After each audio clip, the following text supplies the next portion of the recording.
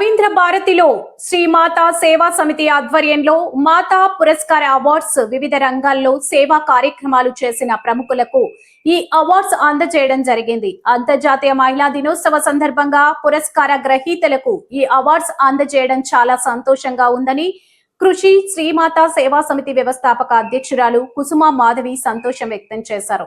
ముఖ్యంగా మాతా పురస్కార్ అవార్డు సమాజ అభివృద్ధికి తోడ్పడినటువంటి ప్రముఖ వ్యక్తులకు అవార్డును రవీంద్ర భారతిలో అందజేయడం చాలా సంతోషంగా ఉందని వారు చెప్పారు. బి వీర రాఘవ చౌదరి గారు, చంద్రమౌళి గారు సోషల్ యాక్టివిస్ట్ అవార్డుని అందుకున్నారు. ఈ కార్యక్రమంలో మాజీ కార్పొరేటర్ కుమారి మాతా పురస్కార్ అవార్డు అందుకున్న మాతా సేవా సమితి వ్యవస్థాపకురాలు కుసుమ మాధవి, శ్రీనివాస్, కాంగ్రెస్ పార్టీ సీనియర్ నాయకురాలు విజయారెడ్డి ముఖ్య అతిథిగా పాల్గొన్నారు. ఈ కార్యక్రమంలో పాల్గొన్న అవార్డు గ్రహీతలకు అవార్డుతో శాల్వాతో సత్కరించారు. తదితరులు పాల్గొన్నారు.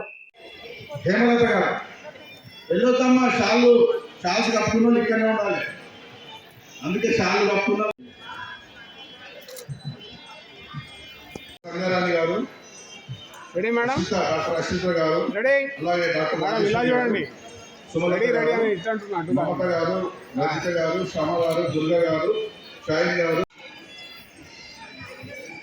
చూడండి. Right ma'am, done. నా పేరు గంజి భద్రయ్య.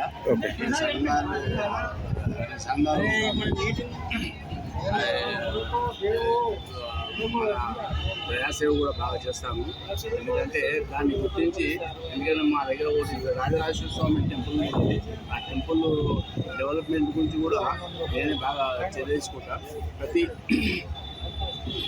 2 months 3 months ఒకసారి అన్నదాన కార్యక్రమం కూడా చేపడతాము.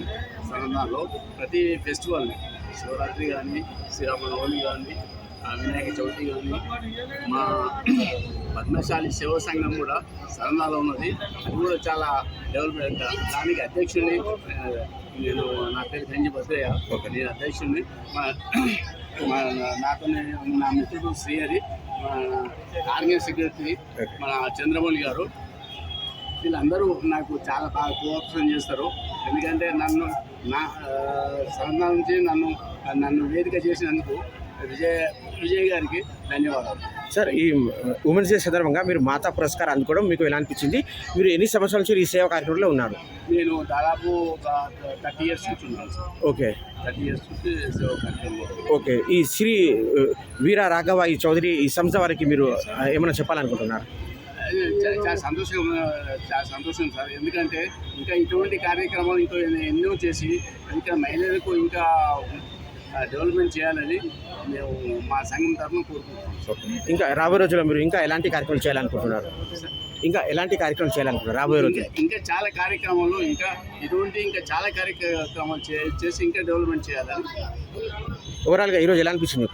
చాలా సంతోషంగా ఉంది సార్. ఎందుకంటే ఇంతమంది మహిళలు రావడం కూడా చాలా సంతోషంగా ఉంది.